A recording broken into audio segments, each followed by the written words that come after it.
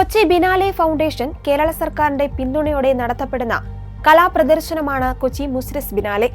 രാജ്യത്തെ ഏറ്റവും വലിയ കലാപ്രദർശനവും ഏഷ്യയിലെ ഏറ്റവും വലിയ അന്താരാഷ്ട്ര സമകാലിക കലോത്സവമാണിത്. അന്താരാഷ്ട്ര പ്രാധാന്യമർഹിക്കുന്ന കൊച്ചി ബിനാലെയിലാണ് ക്രൈസ്തവ വിശ്വാസത്തിന്റെ ഏറ്റവും പരിപാവന നിമിഷങ്ങളിലൊന്നായ യേശുക്രിസ്തുവിന്റെ അന്ത്യത്താഴത്തെ മൃദുവാംഗിയുടെ ദുർമൃത്യു എന്ന ചിത്രത്തിലൂടെ വികലമായി ചിത്രീകരിച്ചിരിക്കുന്നത്.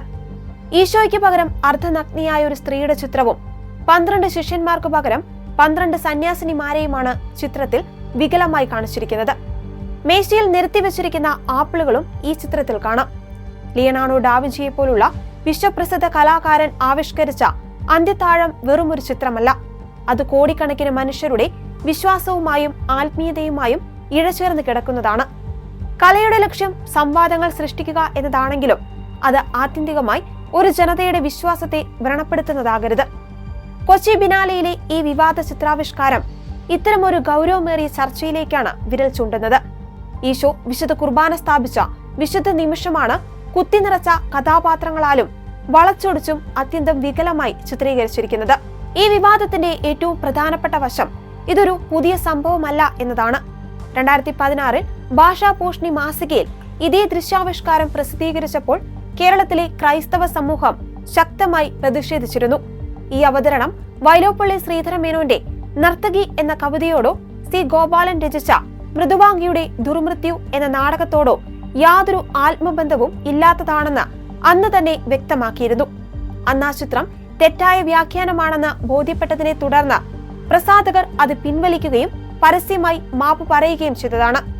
ഒരു തവണ തെറ്റാണെന്ന് തെളിയിക്കപ്പെടുകയും തിരുത്തപ്പെടുകയും ചെയ്ത ഒരു കാര്യം വർഷങ്ങൾക്ക് ശേഷം വീണ്ടും ഒരു അന്താരാഷ്ട്ര കലാപ്രദർശനത്തിൽ അവതരിപ്പിക്കുന്നത് അശ്രദ്ധമായല്ല, മറിച്ച് ബോധപൂർവകമായ പ്രകോപനമാണെന്ന ആരോപണത്തിൽ കഴമ്പുണ്ട്. കലാകാരന് തന്റെ ഭാവന പ്രകടിപ്പിക്കുവാൻ പൂർണ്ണ സ്വാതന്ത്ര്യമുണ്ട് എന്ന വാദം ജനാധിപത്യ സമൂഹത്തിൽ നിലനിൽക്കുന്നതാണ്. എന്നാൽ ഈ സ്വാതന്ത്ര്യം മറ്റുള്ളവരുടെ മൗലികമായ വിശ്വാസങ്ങളെയും ചിഹ്നങ്ങളെയും അപമാനിക്കുവാനുള്ള ലൈസൻസ് അല്ല. കലയും സാഹിത്യവും സമൂഹത്തെ പരിഷ്കരിക്കുവാനും ഉന്നതിയിലേക്ക് നയിക്കാനുള്ളതുമാകണം. വിദ്വേഷത്തിനോ വേദനയ്ക്കോ കാരണമാകുന്ന ആവിഷ്കാരങ്ങൾ കലയുടെ യഥാർത്ഥ ധർമ്മത്തിൽ നിന്ന് വ്യതിചലിക്കുന്നവയാണ്. വൈലോപ്പള്ളിയുടെയോ സി ഗോപാലന്റെയോ കൃതികളുടെ പേരിൽ ഇത്തരമൊരു ചിത്രം അവതരിപ്പിക്കുന്നത് ആ സാഹിത്യ സൃഷ്ടികളോട് ചെയ്യുന്ന അനീതി കൂടിയാണ്. കൊച്ചി ബിനാലെ പോലുള്ള ഒരാഗോള പ്ലാറ്റ്ഫോം ഇത്തരം സൃഷ്ടികൾ പ്രദർശിപ്പിക്കുമ്പോൾ കൂടുതൽ ജാഗ്രത പുലർത്തേണ്ടതുണ്ട്. ഒരു സമൂഹത്തിന്റെ വിശ്വാസങ്ങളെ വ്രണപ്പെടുത്തുന്ന രീതിയിലുള്ള ചിത്രങ്ങൾ ആവിഷ്കാര സ്വാതന്ത്ര്യം എന്ന ലേബലിൽ സംരക്ഷിക്കപ്പെടുന്നത് സാംസ്കാരികമായ പാപ്പരത്തമാണ്. 2016 സംഭവങ്ങൾ അറിഞ്ഞുകൊണ്ട് തന്നെ ഈ ചിത്രം പ്രദർശിപ്പിച്ചത് സംഘാടകരുടെ ഭാഗത്തു നിന്നുണ്ടായ ഗുരുതരമായ വീഴ്ചയാണ്. വിശ്വാസവും കലയും പരസ്പര ബഹുമാനത്തോടെ മുന്നോട്ടു പോകേണ്ടവയാണ്. കല വിമർശനാത്മകമാകാം, എന്നാൽ അത് അവഹേളനമാകരുത്. കൊച്ചി ബിനാലെയിലെ വിവാദ ചിത്രം പിൻവലിക്കണമെന്ന ആവശ്യം കേവലം ഒരു വൈകാരിക പ്രതികരണമല്ല, മറിച്ച് സാംസ്കാരികമായ മര്യാദയുടെയും നീതിയുടെയും പ്രശ്നമാണ്.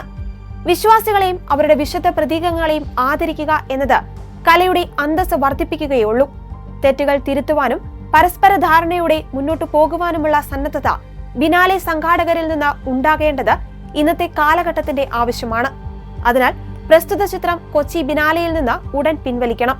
ഈ ദൃശ്യാവിഷ്കാരം യഥാർത്ഥ സാഹിത്യകൃതികളുമായി ബന്ധമില്ലാത്തതാണെന്ന് പൊതുജനങ്ങൾക്ക് മുന്നിൽ വ്യക്തമാക്കി സംഘാടകർ പൊതുമധ്യത്തിൽ മാപ്പ് പറയണം.